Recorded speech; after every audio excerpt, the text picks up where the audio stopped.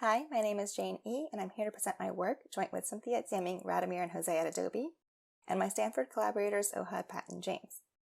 For this project, we looked at designing interfaces for composition guidance at capture time. Composition is an important aspect of photography. It describes how the physical elements in an image, in particular those of higher visual attention, are arranged relative to each other in the frame. Good composition can help make an image more visually appealing to the viewer and draw their eyes to the important parts of the image. One common way of describing composition is using composition grids, like the rule of thirds. The rule of thirds suggests that it can often be better to place a subject around the thirds lines rather than centered, like the door in this image. It suggests that this image is better composed than a similar image with the door near the center, as is approximated here, or with the door along the right thirds line, as shown here. The rule says that this is not as well composed because there should be space or breathing room in front of the man. Here are a few other images with the rule of thirds grid overlaid. For these images, these are the more relevant lines as they align with important objects or boundaries in the images. As we saw in the first image, the left third line aligns with the door. In the middle image, the left vertical line goes to the staircase, and the horizontal line aligns with the edge of the ceiling. Finally, in the image on the right, this line aligns with the horizon. However, the rule of thirds is rather restrictive and can only describe a small set of compositional elements. Notice in these images, there are many other strong lines that aren't being described by the rule of thirds. In addition to thirds, there are other proportions that are known to be visually pleasing. The harmonic armature is a composition grid that encompasses a variety of these proportions, such as halves and quarters, formed by intersecting diagonals. This can describe a wider range of compositions. Here, the quarter line is actually probably better than the third for describing the position of the door in person. In this next image, the diagonal almost perfectly aligns with the very blurred fence in the foreground. And the center lines and diagonals highlight the symmetry and the vanishing point at the end of the hall. In this last image, the center line also emphasizes the symmetry of the image, and this one aligns with the bottom of the building. These nicely frame the triangular shape of the bridge leading into the museum. I would probably pick these as the most relevant lines for describing these compositions, but as we just saw, many lines are reasonable. It can be overwhelming to find these alignments and interpret composition with these more complex grids. Here are some images annotated by professional photographers to explain composition in blog posts and books. Photographers will walk through different aspects of a photo as I just did, highlighting the relevant subsets of lines as they go. This helps focus the attention of the readers.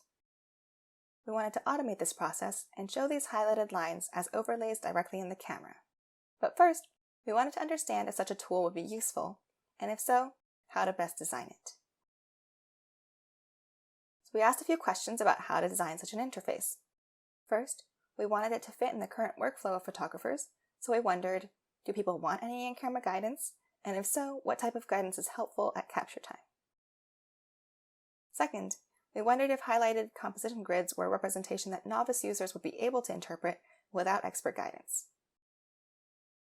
To answer this first question, we conducted a survey amongst people who are interested in photography to better understand how people work on their photography craft. And to answer the second, we collected a dataset of composition annotations from workers on Mechanical Turk. I'll start by talking about the first question.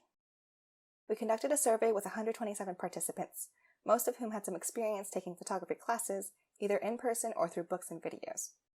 We asked them about their photographic process and their learning experiences, including what was effective about the different learning methods, and whether any of it could be helpful at capture time.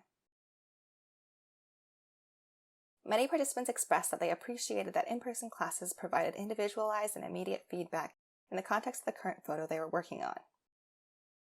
Participants expressed wanting feedback on refining the current image. They also mentioned that they preferred to make only small framing adjustments while editing, and would therefore also appreciate suggestions for larger changes in the camera. These points suggest that feedback should be context-aware, and should support both exploration of new perspectives and ideas, as well as refinement of the current idea. Finally, they expressed concern that the interface might be too distracting and disruptive, and therefore would slow down their photographic process. This was especially important in situations with time pressure, such as when capturing a fleeting moment or when traveling with a group. Thus, the interface should be minimally intrusive. The user should be able to disregard the guidance when needed, such as in moments when it is important to just quickly capture a shot, or when the guidance differs from their own creative intentions. Thus, these became our 3 design goals. We want to design guidance that is context-aware and able to adapt to the current image. It should support exploration by helping photographers discover new ideas, as well as refinement by helping photographers perfect an existing idea. And finally, it should be minimally intrusive and not hinder the creative freedom of the photographer. After answering the first question, we believed that in-camera composition could indeed be helpful. These design goals reinforced our interface idea of overlaying contextual composition feedback directly in the camera.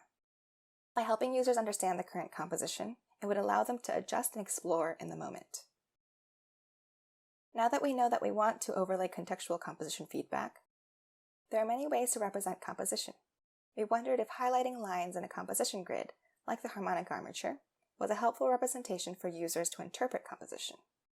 And if so, how do we decide what lines are the most relevant to highlight?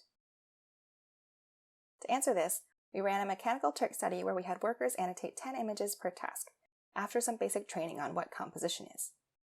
They were asked to select 1 to 4 lines from the harmonic armature that best describe the composition of the physical elements in the image.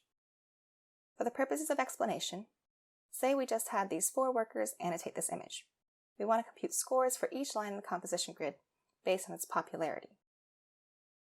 For each line, its score is the percentage of worker annotations that include that line. Here, 75% of worker annotations, 3 of the 4, include the center horizontal line, while only 25% select the diagonal, just the one on the bottom left. Here is the scored annotation for this image. Darker lines correspond to lower scores, brighter lines to higher scores. We empirically set 40% as a score threshold to pick a set of lines to be ground truth. For this image, we have these 2 lines remaining. Overall, the average number of lines per image before this filtering was 2.17, and after applying this threshold, the average number of lines per ground truth annotation was 1.82, meaning not too many lines were actually removed per image, suggesting that workers were relatively consistent. Here are 2 other ground truth annotations. Notice that workers are selecting lines that intersect with salient regions in the images. In the left image, lines intersect with a water droplet, the middle with the animal's eye, and on the right along the boundaries in the landscape. We also actually got feedback from the workers expressing that they found the task to be fun. In summary, from our formative studies, we learned that guidance should be context-aware and support exploration and refinement while being minimally intrusive. Thus, providing composition guidance through a camera overlay seemed reasonable. We also learned that novices do indeed find the task of annotating photo composition by highlighting lines in a composition grid to be useful and approachable. They were also relatively consistent in their annotations, and highlighted lines through areas of visual saliency. Thus, we wanted to design an algorithm that would adaptively select the most visually salient lines of the harmonic armature. In order to do so, we needed to give each line a score based on its proximity to visually salient regions in the image. We start by computing a per pixel saliency map. For each line of the 14 lines in the armature, we generate a Gaussian mask along the line and multiply each one by the saliency map. Summing up the per pixel product gives us a score for each line. We denote the lines with the top 3 scores as our adaptive armature. For each of these images, here's our saliency-based adaptive armature compared to the ground truth Mechanical Turk annotation. Notice that the ground truth often has 2 selected lines. We chose to highlight 3 in order to provide more ideas to the users as they use our tool. Here's our capture time tool again. It overlays these relevant lines or adaptive armatures on the camera viewfinder. Here, the saliency algorithm is detecting that the green object on the bench is salient, and is selecting lines that intersect with it to represent the current composition.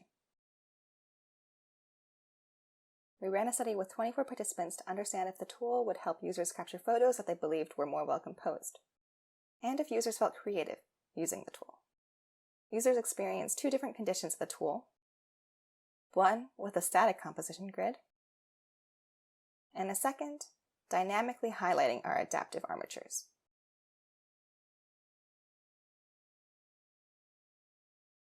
Participants completed 6 photo tasks, 3 at each of 2 locations. The tasks were designed to increase in scale and complexity, and to correspond in style across the 2 locations. We counterbalanced location and condition to avoid biases due to location preferences or learning effects. In both the static and adaptive conditions, we saw participants snapping elements in the images to lines or points on the composition grid. For example, this participant places the subject of the photo at different intersection points.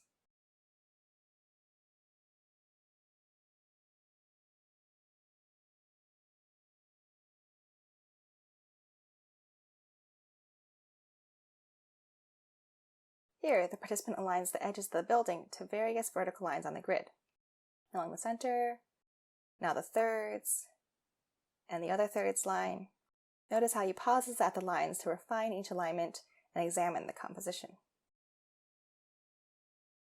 Here are a couple photos that participants captured using the static guidance. And here are a few captured using the adaptive guidance. We found that participants indeed believed that the photos they captured with the adaptive guidance were better composed. However, when measuring creativity using the Creativity Support Index, we did not see a significant difference. Nonetheless, we heard a lot of qualitative support suggesting that users felt the tool encouraged them to explore new creative ideas and made them feel confident in their ability to compose photos. Let's watch some participants from the summative study in action, framing their shots. Here, we see how seeing different highlighted lines gave participants new ideas to explore. I want this, the side of the bench to align with the diagonal that was highlighted. Okay. I actually didn't see it fit into this corner until the line on the screen showed up. So the highlighting of lines gave her this new idea to try. And I'll try to line up the saliency lines with the window, ends of the window, I guess. So here she aligns with the bottom. And here the tops of the windows. And then I'll try doing the saliency line with the edge of the building.